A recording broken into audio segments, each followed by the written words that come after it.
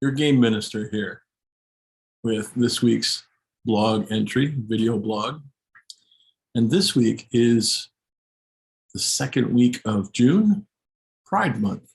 And so I thought we would talk a little bit about pride and gaming, specifically tabletop games and role-playing games. I could call this episode The Good, the Bad, and the Ugly. We're going to go in a different order. Let's start with the bad. It's fairly common knowledge that many of the role-playing games, the great granddaddy of role-playing games, Dungeons and Dragons, came out of a very male-oriented, heterosexual-oriented, cisgendered-oriented group of people. And for many, many years, the game was dominated by that category of player. So much so that many women and many in the GLBTQ community and many of our trans friends, neighbors, non-binary folks, did not feel welcome in gaming stores, gaming clubs, gaming conventions. And that's the bad part. There's also other games that have, well, let's just say a less than open and less than accepting, less than friendly setup. The one that comes to mind for me is Cards Against Humanity. Now, Cards Against Humanity has spawned an entire genre of games, and they're to be congratulated for that. But the game itself is very mean. And if you talk to folks in marginalized communities, it can be even meaner for them. They seem to be the butt of the joke more than those who look like me. Now, it's easy to say, the game is mean, nobody's being targeted.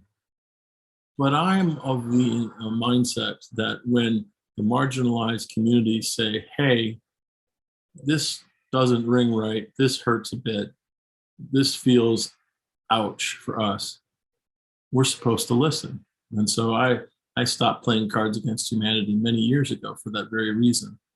There are a lot of other games that they have inspired that don't do that. And so I recommend those. But back to Dungeons and Dragons, the granddaddy. And I use the term granddaddy on purpose because it was so male-dominated and male-centric and heterocentric and cisgendered centric. That has been changing. The good of this is that in the last, I would say, 10 to 15 years, there's been somewhat of a seismic shift in the gaming community. The Dungeons and Dragons folks very early started to, in the last 10 years, started publishing their books with less misogynistic artwork and much more balanced gender artwork.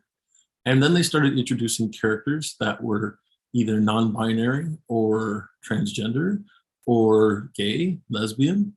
They started showing up in the modules and started being referred to in the player handbook. The most recent player handbook actually has a section under sex that says, sex doesn't matter. By all means, choose whatever gender or non-gender or non-binary you would like. And that's refreshing. This has also caused many people from the GLBT community and other marginalized folks to start actually coming in to play the game as part of the latest renaissance in role-playing games. And this is nothing but good. This is fabulous because this is increasing the changes. We're getting them as creators. We're getting them as voice actors. We're getting them as live streamers. They're creating their own RPGs with fabulous themes of GLBTQ liberation.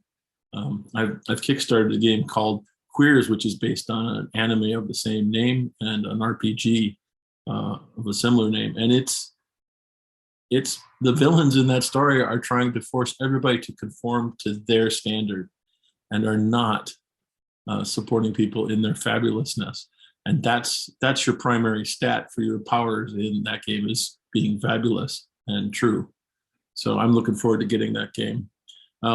This has changed so much that you can open a book and see a character that represents you if you are transgendered or asexual or bisexual or lesbian or gay or any number of different identifiers. And that's fabulous. The ugly of this is that there are still folks,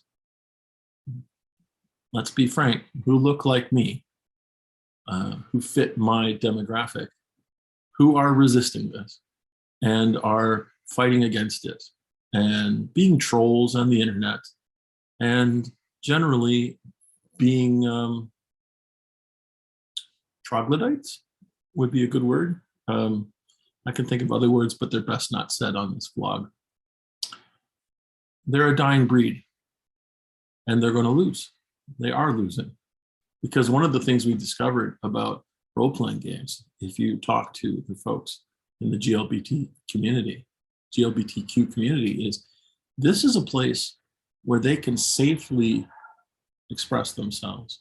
This is a place where they can safely find their people and their tribe. This is a place where they can explore what it means to play a different gender. And that's true too for those of us who are heterosexual and cisgender. We can, if we wish to, play those characters in the game.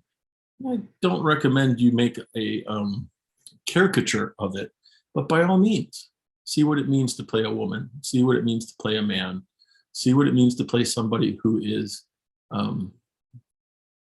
non-binary. See what it feels like. That's how we learn. That's the beautiful thing about role-playing games, and one of the things I'm leaning into as your games minister, creating these safe spaces where we can play as ourselves and as our inner selves, as our experimental selves, as our true selves. And then with the confidence that brings and the truths we discover, then take that out into the real world.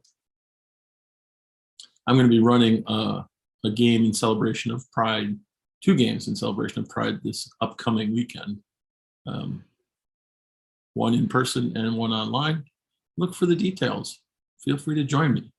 Come and have some fun at Pride Fest, or as it's called in the world of Worth, the world I'm running D&D in, it's called Diversifest, where we celebrate all races, all genders, all presentations, every way that anybody can be.